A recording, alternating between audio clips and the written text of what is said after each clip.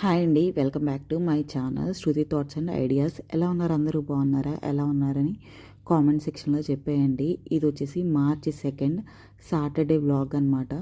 పొద్దున 8:30కి అయితే లేచామండి. ఈరోజు సత్యనారాయణ స్వామి రథానికి ఒకటి వెళ్ళాలన్నమాట. ఇంకా కంపల్సరీ అటెండ్ అవ్వాలి. అలాగే మా పాపకి ఈరోజు కొత్త స్కూల్లో అడ్మిషన్ ఉంది. 2 పనులు ఉన్నాయి. ఫస్ట్ అయితే అడ్మిషన్ పని అండి. 10కి అయితే అపాయింట్మెంట్ ఉంది స్కూల్లో, కంపల్సరీ ఆ టైంకి అక్కడ ఉండాలి. ఇంకా లేవగానే ఫస్ట్ చేసిన పని ఏంటంటే మా పాపని డ్రెస్ సెలెక్ట్ చేసుకోమని కబోర్డ్ దగ్గరికి తీసుకొచ్చాను. ఇంకా తనైతే ఈ డ్రెస్ సెలెక్ట్ చేసుకుంది. ఇది వేసుకుంటాను మమ్మీ అంది. సరే అన్నాను. నేను కూడా అదే వేద్దాం అనుకున్నాను. కోఇన్సిడెన్స్గా తను అదే సెలెక్ట్ చేసుకుంది. అప్పుడప్పుడు పిల్లల్ని మనం అడుగుతూ ఉండాలండి. అంటే మనమే కొంటాం కదా, బేసిక్గా ప్రైజెస్ అవన్నీ చూసి మనమే అవి తీసుకొస్తాము. అవి ఉన్న వాటిల్లో వాళ్ళని ఏది వేసుకోమనాలి అనేది ఒక్కొక్కసారి వాళ్ళని అడగాలి. నేనైతే ఒక్కొక్కసారి కదండి, ఎప్పుడు తన్నే అడుగుతాను. అంటే రిపీటెడ్గా అదే వేసుకుంటాను అంటే మాత్రం ఇంకొకటి చూసుకోమంటాను. అప్పుడు వేరే సెలెక్ట్ చేసుకుంటుంది. లేదంటే తన ఇష్టం వచ్చింది తీసుకుంటుంది అనమాట. ఇంకా రబ్బర్ బ్యాండ్స్ అయితే నేను మ్యాచింగ్వి 2 తీసుకున్నాను. ఇంకా అవి 2 అక్కడ పెట్టేసి ఏది పెడదాం అనేది ఫైనల్ చేసుకోలేదు. ఇంకా స్టిక్కర్ ప్యాకెట్ కూడా ఇచ్చాను అనమాట. ఇంకా అవి కూడా అక్కడ పెట్టుకుంటుంది. ఇంకా పొద్దున్న కూడా కొంచెం హైపర్ యాక్టివ్గానే ఉంటుంది అనమాట. ఇంకా అక్కడైతే పెట్టేసుకుంటుంది. మనం అడుగుతూ ఉండాలండి పిల్లల్ని అప్పుడప్పుడు. లేదు అంటే వాళ్ళకి బోర్గా అనిపిస్తూ ఉంటుంది. మనం అడిగి మళ్ళీ వాళ్ళు చెప్పింది మనం వినాలన్నమాట. ఒక్కొక్కసారి, అన్నిసార్లు కాదు. ఇంకా వాచ్ కూడా అడిగింది తను. వాచ్ కూడా ఇచ్చాను. స్పెట్స్ అసలు నేను చెప్పలేదండి. తనేది చూడండి తెచ్చి అక్కడ పెట్టుకుంది. ఇంకా అన్ని మ్యాచింగ్స్ పెట్టుకుంది. ఏమేమి పెట్టుకున్నావు అని అడుగుతున్నాను నేను ఇక్కడ.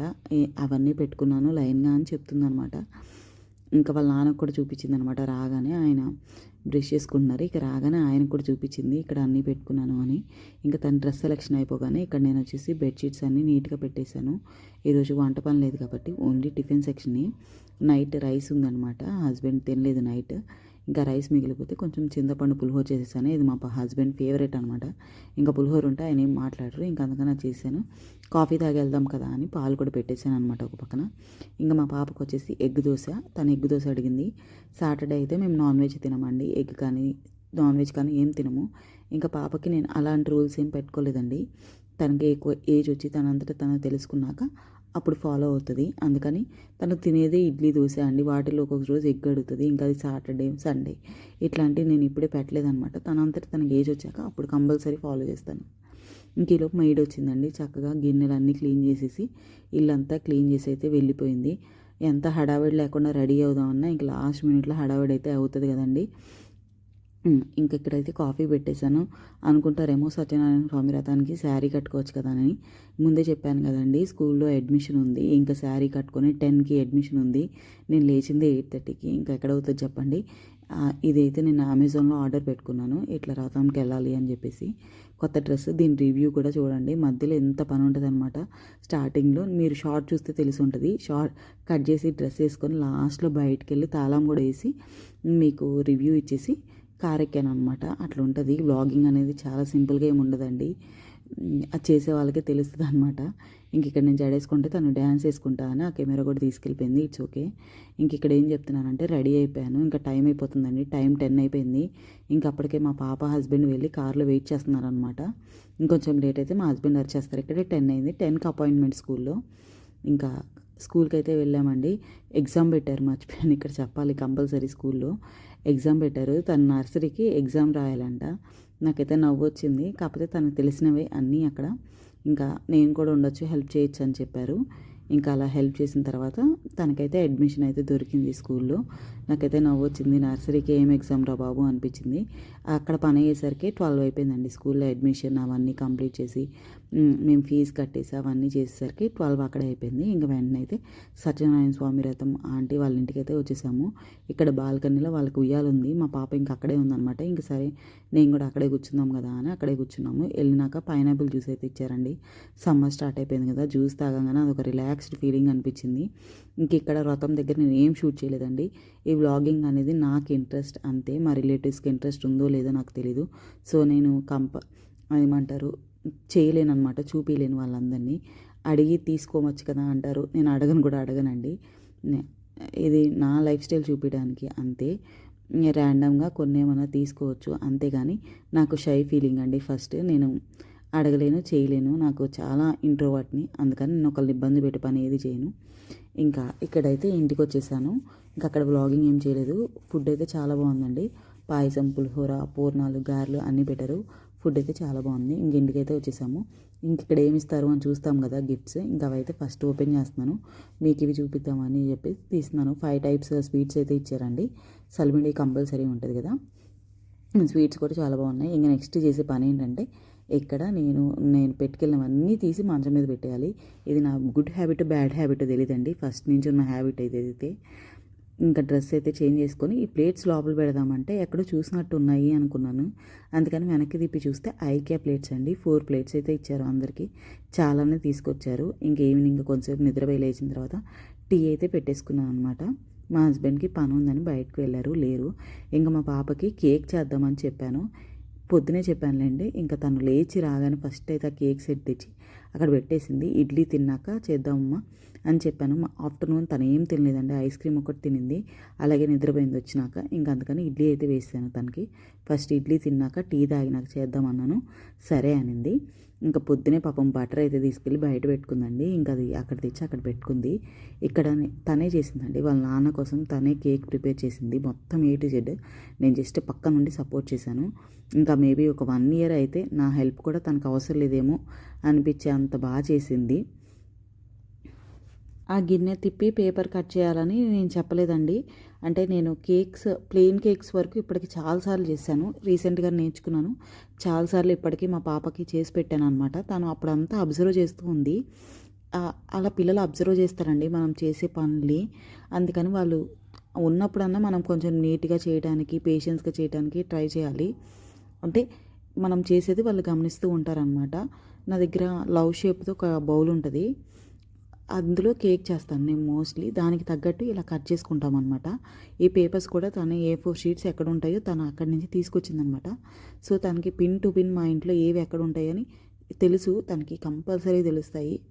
ఇంకా గిన్నె కూడా తిప్పాలని నేను చెప్పలేదండి. తనే తిప్పుకొని కట్ చేయడానికి స్టార్ట్ చేసింది. కానీ నేను కట్ చేయనా అంటే సరే చెయ్యి, నాకు రావట్లేదండి. ఇంకా సరే అని నేను పేపర్ వర్క్ కట్ చేసి ఇచ్చాను. ఇంకా ఆయిల్ రాస్తాను, దానికి గీ పెడతాను అందనమాట. ఇంకా సరే అని బ్రష్ కూడా తనే తీసుకుంది బేసిక్గా పక్కన నుంచి. ఇంకా నెయ్యి డబ్బా అయితే అక్కడ పెట్టాను. ఇంకా తనే చేస్తుంది. చూడండి ఎంత నీట్గా చేస్తుందో. మీరు అనుకుంటారు కెమెరా పెట్టేసి పాప చేత చేసిందని. లేదండి, తనకి చాలా ఇంట్రెస్ట్. కిచెన్లో పనులు అంటే తనకి చాలా అంటే చాలా ఇంట్రెస్ట్. ఇలాంటివి బేకింగ్ కానీ, మనం పిజ్జాస్ చేస్తాం కదా, పిజ్జాస్ కానీ, కేక్స్ కానీ, ఇట్లాంటివి ఏమన్నా రొటీన్గా కాకుండా డిఫరెంట్గా చేసేవంటే తనకి చాలా ఇంట్రెస్ట్ అనమాట. ఇమ్మీడియట్గా వచ్చేస్తుంది. నేను అప్పుడప్పుడు చాలా వరకు ఇన్వాల్వ్ చేస్తానండి పాపనైతే.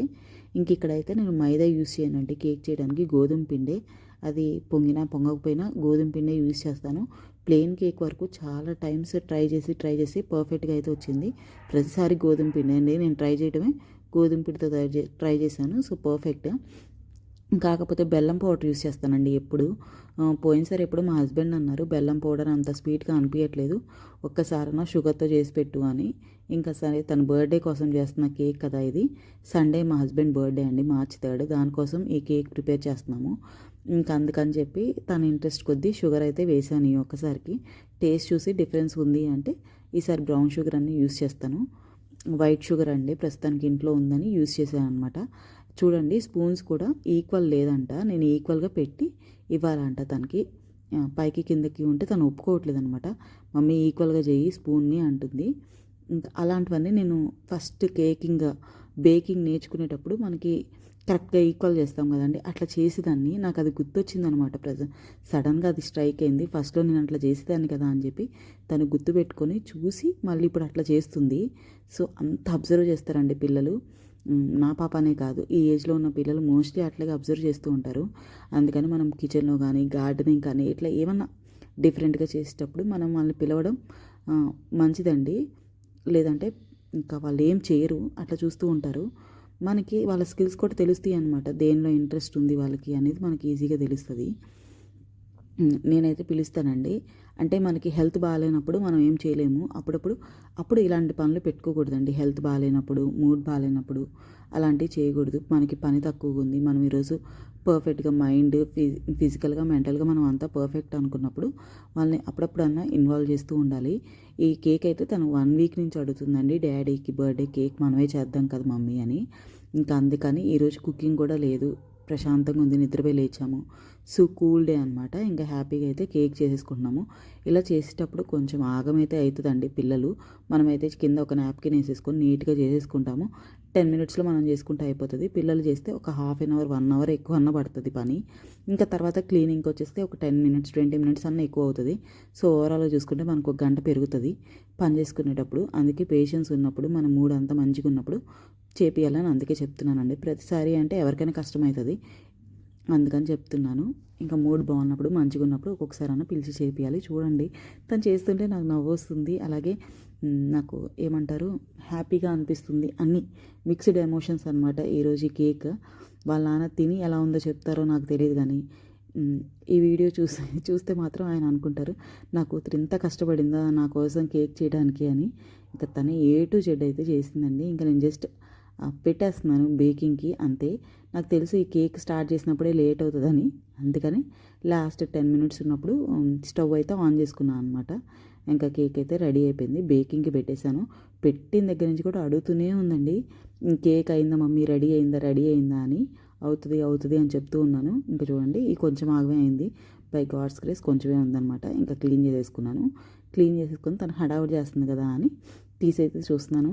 తను అంత ఎఫర్ట్స్ పెట్టి ప్రేమతో చేసినందుకేమో కేక్ అయితే సూపర్ వచ్చింది. టేస్ట్ చేయలేదు కానీ చూస్తుంటేనే మంచిగా వచ్చిందని అయితే అనిపించింది. ఇంకా కుక్ అవ్వలేదు. అప్పటికి వచ్చి తను తీ మమ్మీ అంటే తీసి చూపించాను.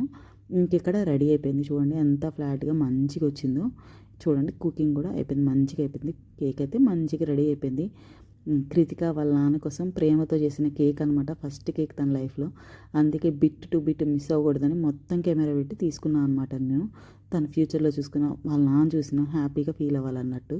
ఇది జస్ట్ ఒక మెమరీ లాగా వాళ్ళకి. నేను నాకు కూడా నేర్పించింది నేనే కాబట్టి నేనే ఎంత కష్టపడి నేర్చుకున్నానండి. తను చేస్తుంటే ఇంకా నాకు పర్ఫెక్ట్ అనిపించింది.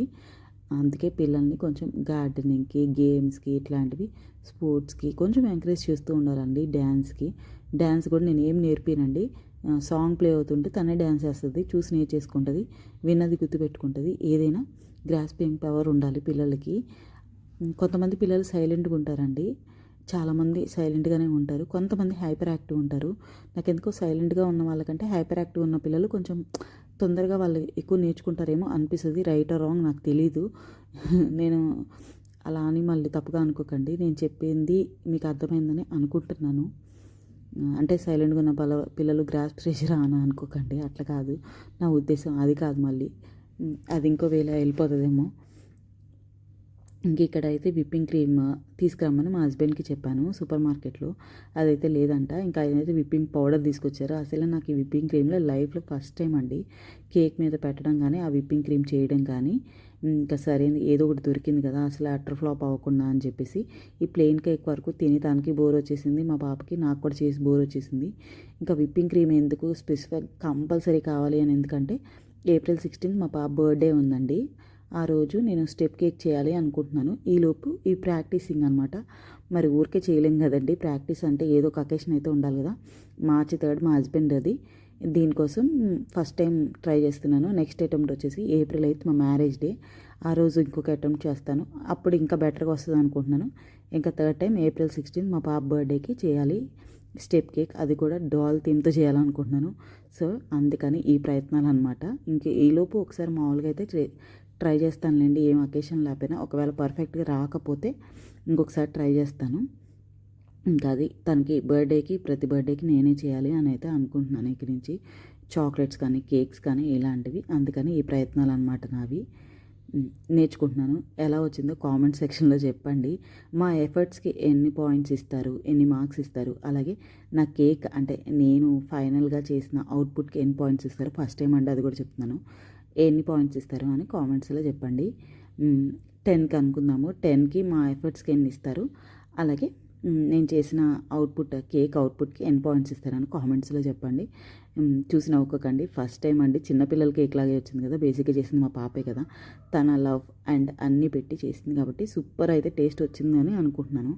అవుట్పుట్ ఎలా ఉన్నా కానీ టేస్ట్ అయితే బాగానే వచ్చి ఉంటుంది అనుకుంటున్నాను. ఇంకా టేస్ట్ చేయలేదండి, కట్ చేయలేదు. సండే కట్ చేస్తామని పడుకున్నారు ఇంక వాళ్ళిద్దరు. నేనైతే వాయిస్ ఓవర్ ఇచ్చి పడుకుందామని సాటర్డే నైట్ అయితే వాయిస్ ఓవరే ఇచ్చేస్తున్నాను అనమాట. ఇక్కడ లైట్ అయిపోయిందండి. హ్యాపీ బర్త్డే రాసేటప్పటికి కేక్ తేలిపోయినట్టు అనిపించింది. ఇంకొంచెం ఫుడ్ కలర్ వేసి మళ్ళీ దాని మీద రీడిజైన్ చేశాను అనమాట. ఇంక లాస్ట్లో మా పాప స్మైలీలు కూడా వేయమని చెప్పింది. లాస్ట్లో పిలిచి ఎలా ఉంది అని అడిగితే ఇంకా తన కోసం స్మైలీలు కూడా అయితే యాడ్ చేశాను. ఇంకా అంతే అండి video. Please like, share, comment, subscribe. Thank you for watching. ఎన్ పాయింట్స్ ఇవ్వాలో మర్చిపోకుండా కామెంట్ సెక్షన్లో చెప్పండి.